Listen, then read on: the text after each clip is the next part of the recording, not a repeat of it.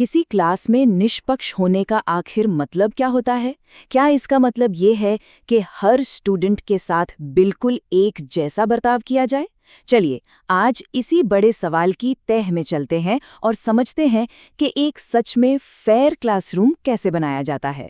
हम में से कई लोग अक्सर यही सोचते हैं कि निष्पक्ष होने का मतलब है सबके लिए एक ही नियम, एक ही तरीका। लेकिन क्या असल जिंदगी में, हमारी क्लासरूम में ये वाकई काम करता है, या फिर निष्पक्षता का कोई और गहरा मतलब है?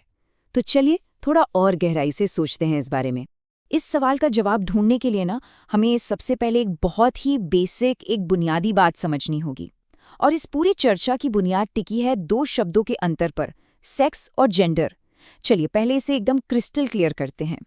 तो यहाँ पर फर्क साफ दिखता है। ये दोनों बिल्कुल अलग चीजें हैं। एक तरफ है सेक्स, जो एक बायोलॉजिकल यानी जैविक सच्चाई है, मतलब ये हमारे क्रोमोसोम्स XX या XY से तय होता है। और दूसरी तरफ है जेंडर, जो पूरी तरह से एक सोशल यानी सामाजिक रचना है। ये समाज तय करता है कि अलग अलग जेंडर के लोगों की क्या भूमिकाएं होनी चाहिए, कैसा व्यवहार होना चाहिए और क्या जिम्मेदारियां होनी चाहिए। और ये जो तस्वीर है ना, ये इस फर्क को बहुत ही बढ़िया तरीके से समझाती है।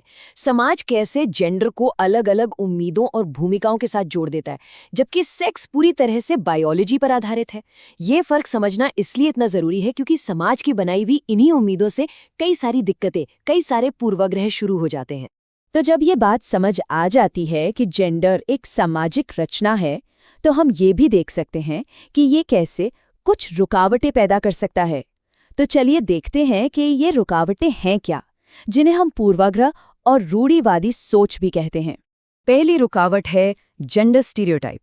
ये वो बनी बनाई बातें हैं जो हम सब ने कभी ना कभी सुनी ही है, जैसे कि लड़के रोते नहीं या लड़कियों को मैथ साइंस समझ नहीं आती। ये ऐसे एकदम सिंपल विचार हैं जो किसी एक पूरे ग्रुप पर थोप दिए जाते हैं।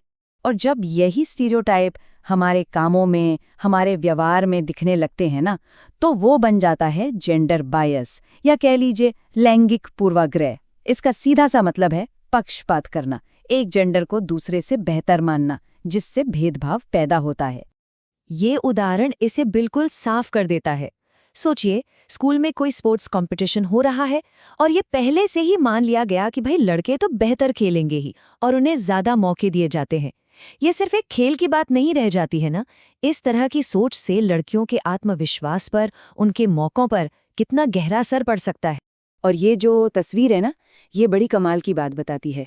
ये सीढ़ी दिखाती है कि ये जो पूर्वाग्रह है, ये कोई एक दो बार होने वाली गलती नहीं है।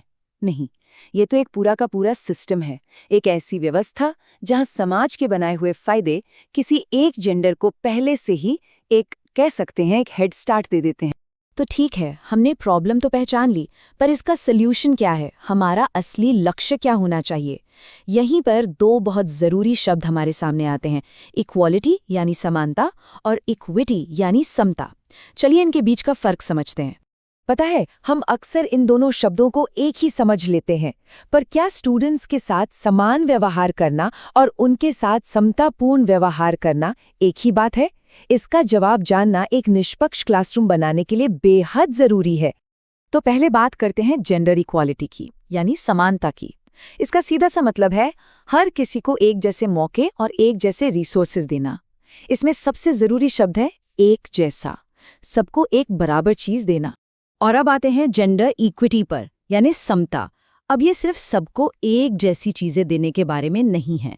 ये असल में निष्पक्ष होने का एक प्रोसेस है, एक तरीका है जहां हर किसी को उसकी ज़रूरत के हिसाब से मदद दी जाती है, ताकि जो नतीजा हो वो सबके लिए फेयर हो। और ये तस्वीर, अरे वाह, यही है वो आहा मोमेंट। ये सब कुछ एकदम क्रिस्टल क्लियर कर देती है। देखिए, समानता में क्या हुआ, सबको एक ही साइज का बॉक्स दे दिया, पर जो छोटा बच्चा है वो तो अभी भी मैच नहीं देख पा रहा। लेकिन समता में देखिए, हर किसी को उसकी जरूरत के हिसाब से बॉक्स मिला और अब तीनों आराम से मैच देख पा रहे हैं। असली निष्पक्षता, असली फेयरनेस यही तो है। तो सबसे जरूरी बात क्या निकल कर आई कि हमारा असली लक्ष्य सिर्फ सबको एक बराबर सामान देना नहीं, बल्कि असल में बराबरी का नतीजा देना है। यानी हमारा लक्ष्य समता, इक्विटी होना चाहिए।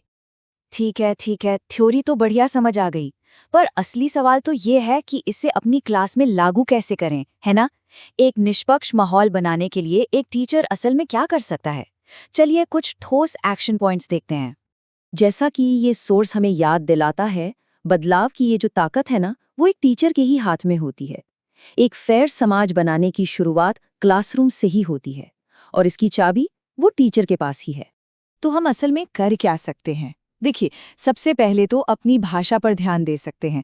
लड़कों और लड़कियों कहने के बजाय स्टूडेंट्स या सब लोग कह सकते हैं। दूसरा, क्लास में जब भी कोई जेंडर स्टीरियोटाइप वाली बात उठे तो उसे चैलेंज करें। लड़के लड़कियों को अलग अलग बैठाने से बचे। और ये बहुत ज़रूरी है कि लड़कियों समेत हर स्टूडेंट को मुश्किल से मुश्किल टास्क दिए जाएं और ऐसे ग्रुप प्रोजेक्ट्स करवाएं जहां सब मिलकर काम। तो अब सवाल ये उठता है कि अपनी कक्षा को और ज्यादा निष्पक्ष और ज्यादा फेयर बनाने के लिए इनमें से कौन सा एक कदम सबसे पहले उठाया जा सकता है? याद रखिए, हर छोटा कदम एक बहुत बड़े बदलाव की शुरुआत कर सकता है। एक ऐसा बदलाव जहां हर स्टूडेंट को सच में आगे बढ़ने का बराबर का मौका मिले।